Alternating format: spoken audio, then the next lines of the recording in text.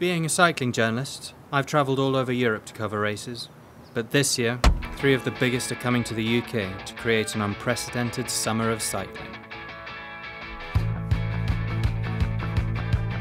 So far, on day 1, I was in Belfast checking out preparations for the Giro d'Italia, and yesterday I came back across the Irish Sea and travelled to Leeds for the Tour de France.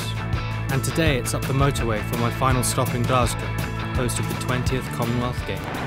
So we've arrived in Glasgow. The tropical background behind me belies what's going on outside, which is a Dreich Glasgow day.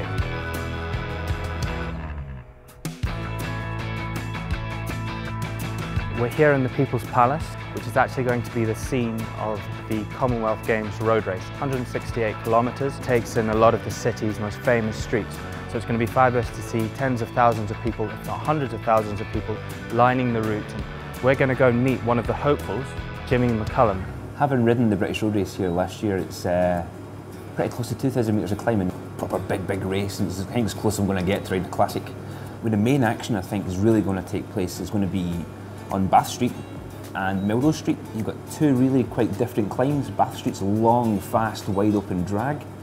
Whereas Melrose Street, you kind of come into a dead corner and it's a real steep, little short climb where it's just all about power and getting over that as fast as you can.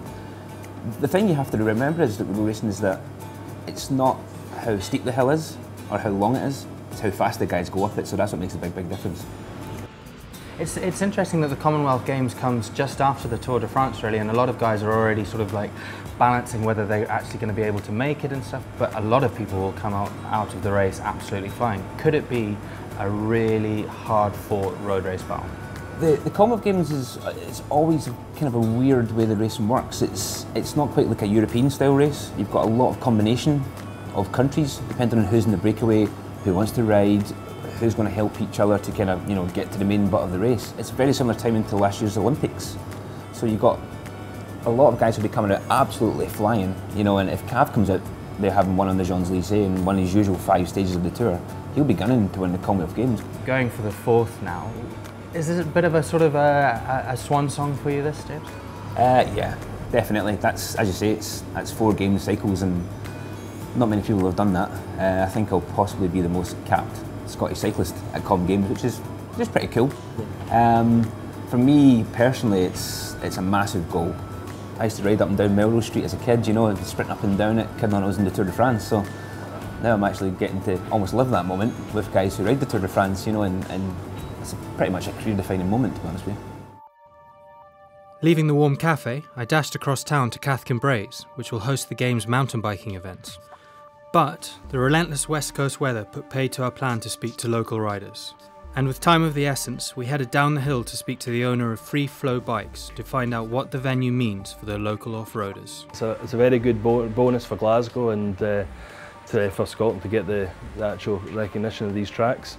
There's a lot of people going up and trying to grab the king of the mountain spots in the Strava and getting out there and just riding it, trying to put their time in on the track before the Commonwealth Games riders come up and see how they compare, I think, and it's created a really big buzz within the kind of local riders, not having now to travel so far. They can actually cycle to a world-class venue.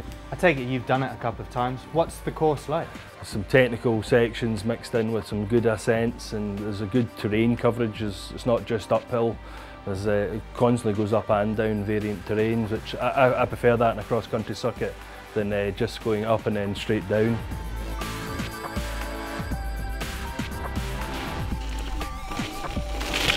As the light fades, there's one last place I want to visit on my grand tour. A venue named after Scotland's 6th gold medal winning Olympian, the Sir Chris Hoy Velodrome. It's like night and day really, compared to not having a facility, an indoor facility. Not only is it an indoor facility, but it's a world, a leading indoor facility in the world. It's just changed the landscape completely for track cycling in Scotland, absolutely changed it.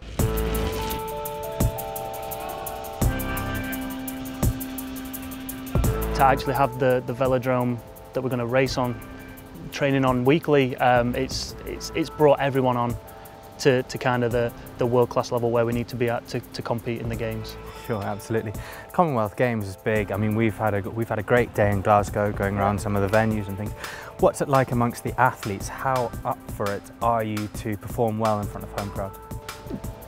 I'm not sure you need to ask that question. It's kind of, you know, this is for everybody in Scotland. This is going to be like the London Olympics. You know, it's going to be huge. Everybody that's going to come to the venues is going to be supporting the Scottish athletes. So it kind of goes without saying that it's going to be probably the highlight of most athletes' career. So I'm looking forward to it, I know that. Scotland and the rest of the UK have got the bug for cycling, haven't they? And they're cramming into this velodrome. But the interesting thing is that there's a lot of people that are excited by it, but they don't really know it yet, or they haven't been here yet, and they're the people that we want to attract into the sport. The future is just so exciting for these, you know, the young athletes now that are coming through. It's just so exciting. And with the night drawn in, my journey too comes to an end. 3 countries, 3 events, 3 days. It's been an odyssey, but it's given me the opportunity to experience the buzz and anticipation that's growing for the UK's epic summer of cycling.